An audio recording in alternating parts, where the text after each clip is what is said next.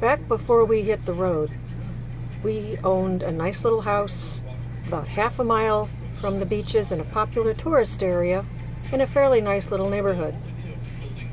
One man in a red van used to come and park at the end of the block in front of the city park.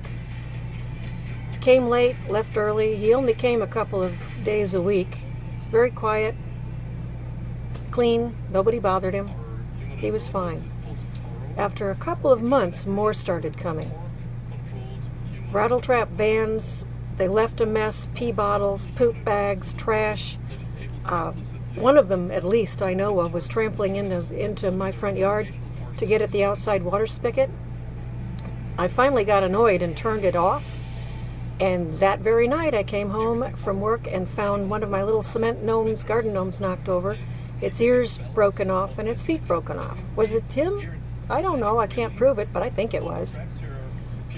The neighbors called the police and got rid of him. I mean, we got everybody moved out. It was not a case of the few ruining it for the many. It was the many ruining it for the one. And that seems to me to be pretty much what often happens. When I checked last article with the Washington Post, there was something like 1 million RVers out there, semi-living in their vans, nomadic, and that did not even count the many, many, many hundreds of thousands of van people, van dwellers, who want to live in the city streets or off on BLM land.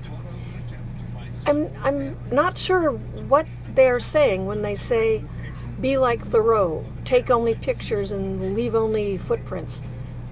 What on earth makes you think that 1 million, over 1 million people can be out on public land and creeping around city streets, and they're not going to have an impact? There's going to be no sign. Of course there is. And when there gets to be enough of them, they're going to get to be a nuisance, and society is going to have enough of it. If you are going to be out here with no resources, if you're going to depend upon the charity of society to provide you a place to park, free water, free whatever, they're not going to, taxpayers aren't going to tolerate it. Now, I'm seeing recently a lot of people saying, well, they should have parks, public parks in the cities, and they should let the van dwellers go there and the homeless go there and blah, blah, blah, blah, blah. Who's going to pay for that? I don't want to pay for that. I worked hard all my life. I don't want to pay for someone else who's not willing to work. If you do that, someone has to pay for the water. You have to put in bathrooms. You have to have police coverage there. You're going to have landscaping people come in and keep the place up. You're going to have trash pickup. What for? I don't want to pay for that. And even if I did want to pay for it, I would not just have my townspeople there. Once that kind of mooching was possible, you'd have people drawn in from the next city and the next city and the next city.